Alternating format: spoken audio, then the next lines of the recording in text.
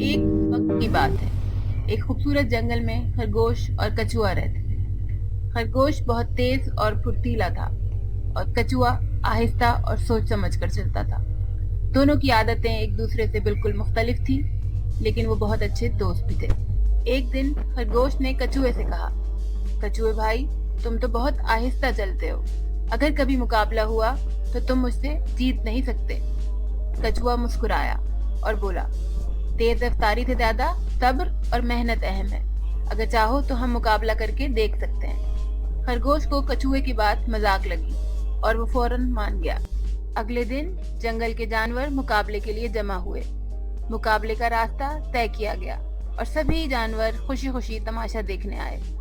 خرگوش نے سوچا کہ وہ جلدی سے جیت جائے گا، اس لیے اس نے زیادہ تیاری بھی نہیں کی۔ مقابلہ شروع ہوا۔ خرگوش بجلی کی طرح دوڑا اور کچھ دیر بعد راستے میں ایک درخت کے نیچے رک کر کہنے لگا، کچھوا تو بہت پیچھے ہے، میں آرام کر لیتا ہوں، وہ ابھی دور دور تک نظر بھی نہیں آ رہا۔ یہ کہہ کر خرگوش سو گیا۔ دوسری طرف کچھوا آہستہ آہستہ لیکن بغیر رکے آگے بڑھتا رہا۔ اس نے راستے کے ہر قدم کو سوچ سمجھ کر طے کیا۔ جب خرگوش جاگا تو وہ دیکھ کر حیران رہ گیا کہ کچھوا جیت کے قریب پہنچ چکا ہے۔ خرگوش نے جلدی سے دوڑ لگائی، لیکن کچھوا پہلے ہی خط عبور کر چکا تھا۔ جنگل کے تمام جانور خوشی سے تالیاں بجانے لگے۔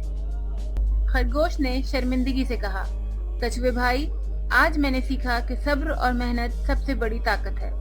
کچھوا مسکرایا اور بولا، اور تیز رفتاری کا غرور کرنا اچھی بات نہیں۔ دونوں دوستوں نے ایک دوسرے کو گلے لگایا اور سب جانور خوش ہو گئے۔